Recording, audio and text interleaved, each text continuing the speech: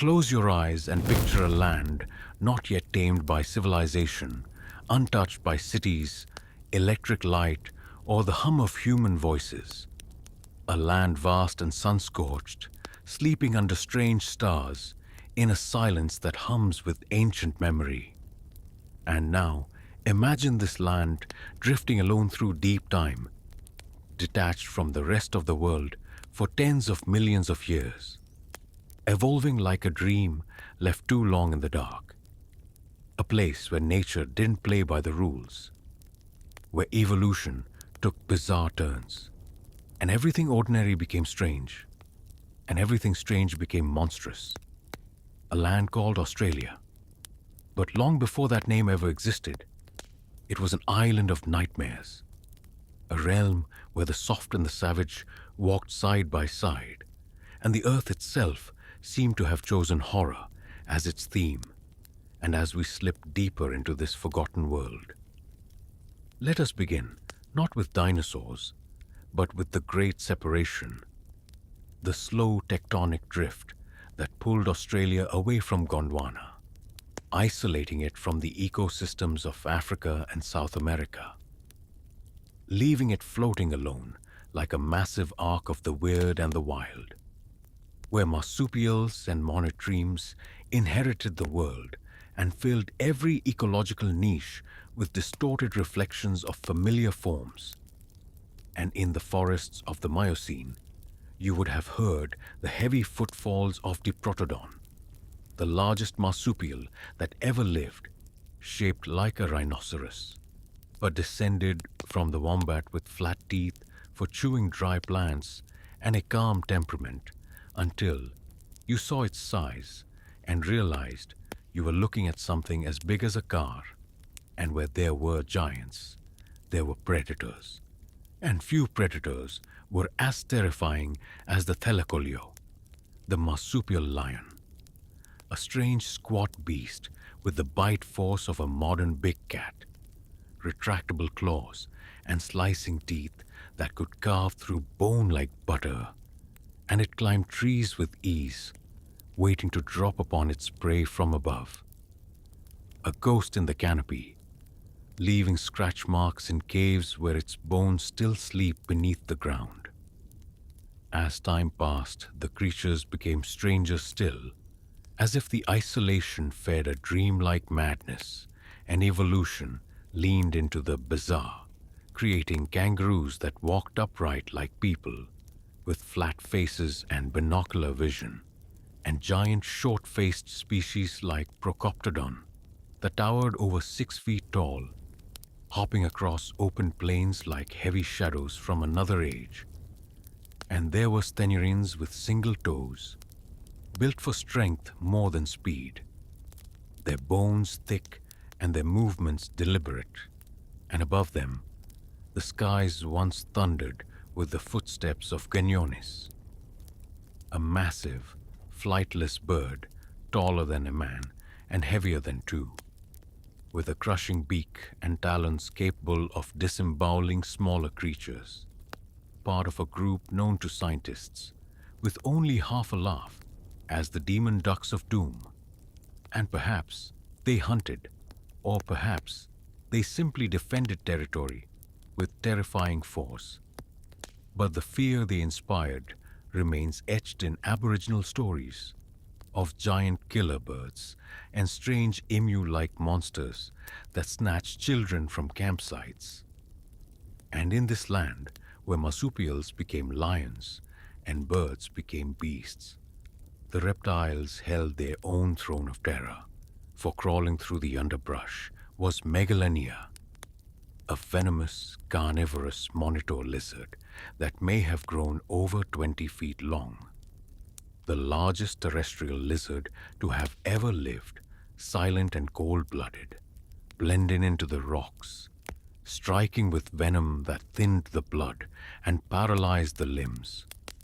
A cousin of the Komodo dragon turned nightmare, and fossils suggest it lived long enough to encounter the first Aboriginal people.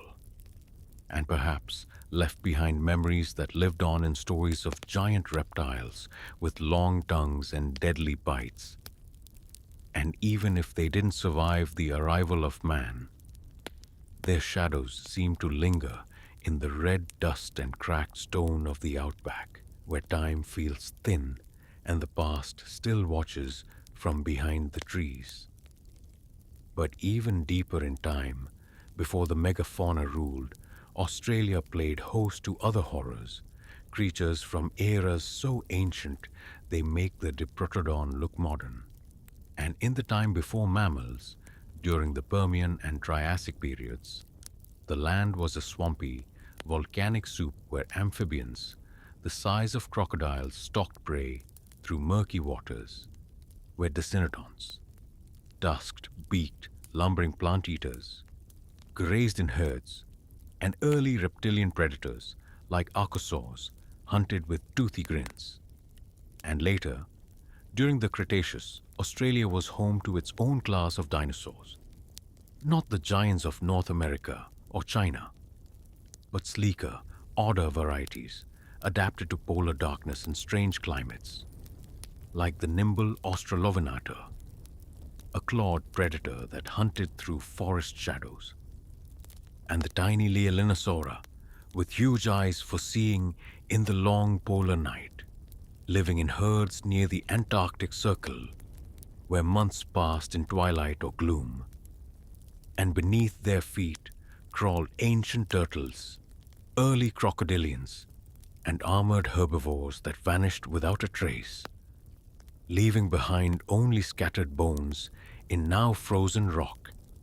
And through all these ages, from the swamps of the Permian to the dusty plains of the Pleistocene, the land itself was changing, growing drier, hotter, crueler, shedding its forests and lakes and shrinking its rivers, sculpting the bodies of its beasts into forms that could endure extremes, until survival itself became the engine of terror.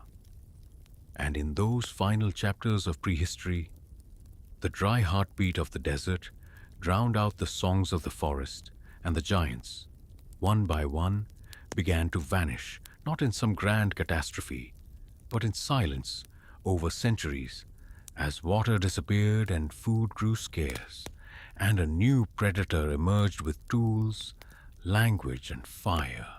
When humans arrived, roughly 60,000 years ago, they entered a world of nightmares made real, a continent echoing with heavy footsteps and flapping wings, and jaws that belonged to no living thing they had ever known.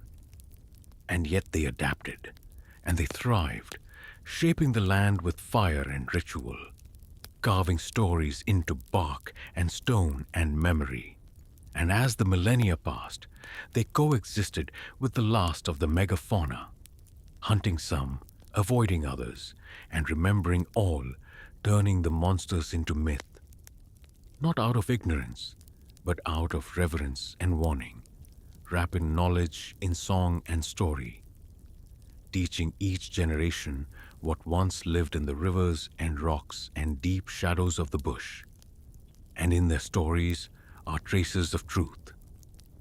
The rainbow serpent, with its coils shaping rivers, may echo the massive ancient snakes that once slithered through wetlands long gone, and the bunyip lurking in billabongs could be a cultural memory of Diprotodon or Palokestes, and the thunderbird of Dreamtime legend, a warning against wandering alone, may carry the soul of Genyonis in its cry. And though the bones turned to stone and the flesh rotted away, the memory lived on, passed like torchlight through time, until even today. There are places in the outback where the air feels too still, where the rocks seem to whisper, where the land itself seems to remember a time when giants breathed and birds hunted men, and beneath your feet lie the ancient skeletons of a world both gone and not gone, because the dream of that world is still alive in the stories we tell, the tracks we follow, and the dust that clings to your shoes when you walk the old places. And now, after all this time, after wandering through millions of years of strange life and death, of monstrous shapes and eerie echoes, we arrive here, in the quiet of now, where the creatures are gone, but their legacy lives on, not just in museums or fossil beds, but in the land itself, in the silence between winds, in the shimmer of heat above the red sand, in the strange calls of birds whose ancestors once pecked bones and ruled the sky.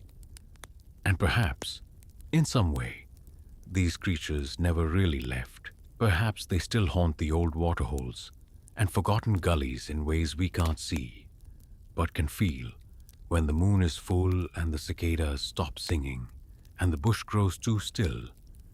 And perhaps this is why Australia feels different.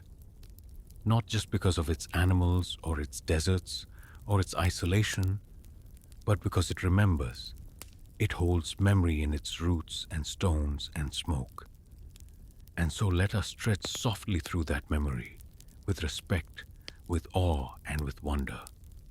Knowing that for every kangaroo we see hopping through the dry grass, there was once a towering giant with fists like hammers. For every emu, a bird with a killer's beak and a thunderous step.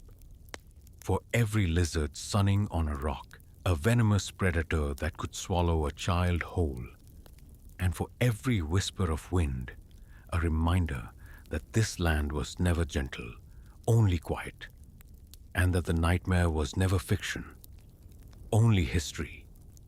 And as we sink deeper into the fossil record, we begin to find not just isolated giants, but entire lost ecosystems that seem too strange to be real, places where every creature was a twist on something we thought we understood, where wombats were the size of hatchback cars and kangaroos walked like upright humans, where tree-climbing herbivores grew claws like sloths and noses like tapirs, and everywhere in the background, the whisper of reptiles, not tiny geckos or sleepy pythons, but the cold breath of crocodilians that chase prey on land, like quincana, whose legs were long and whose teeth could shear flesh from bone, whose domain was not the quiet riverbanks of today, but open forests where it competed with marsupial lions and scavenging thunderbirds. And then there were others rarely spoken of, known only from fragments. Enormous snakes like Yurlungur, an ancient relative of the modern python, as thick as a man and longer than a bus, capable of suffocating a diprotodon if it caught one drinking too long by the edge of a seasonal lake. And in shallow waters, there may have been enormous lungfish or sawfish, primitive survivors from even older eras, and together, these creatures painted a world not of balance and beauty, but of fear and hunger and scale, where everything was oversized, understudied, and somehow both alien and ancient. And when the monsoon rains came or the desert storms rolled in, the land itself would shift, flood, and fracture, swallowing the footprints of these creatures back into the dust and preserving their passing only in broken stone and buried teeth. And sometimes, not even that.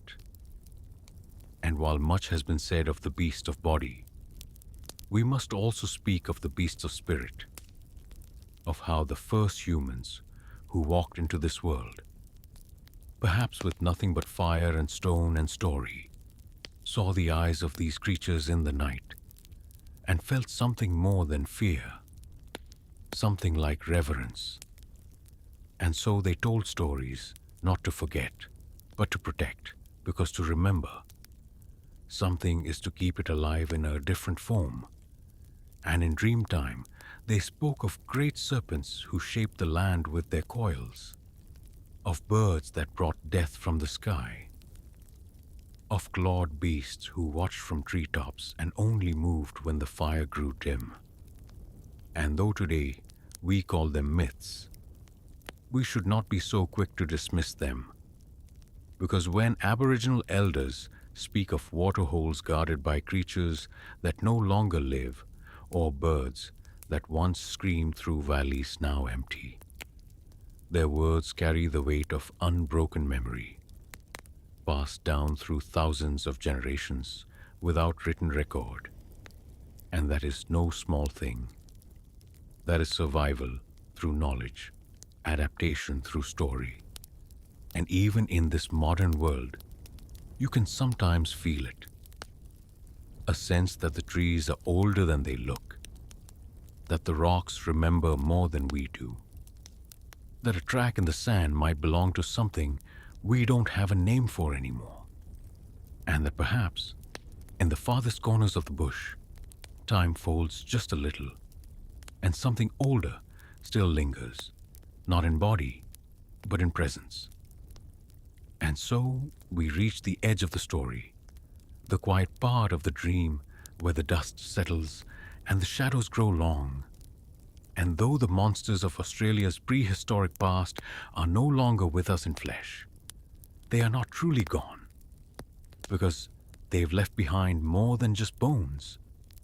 They've left behind a sense of awe, of mystery, of wildness that never quite dies.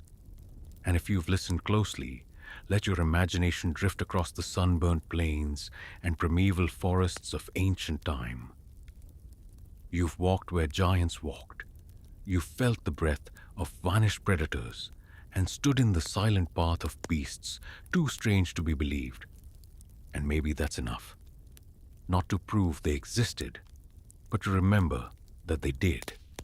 And that this earth, this quiet, spinning world we call home, is not tame, not truly, and never was.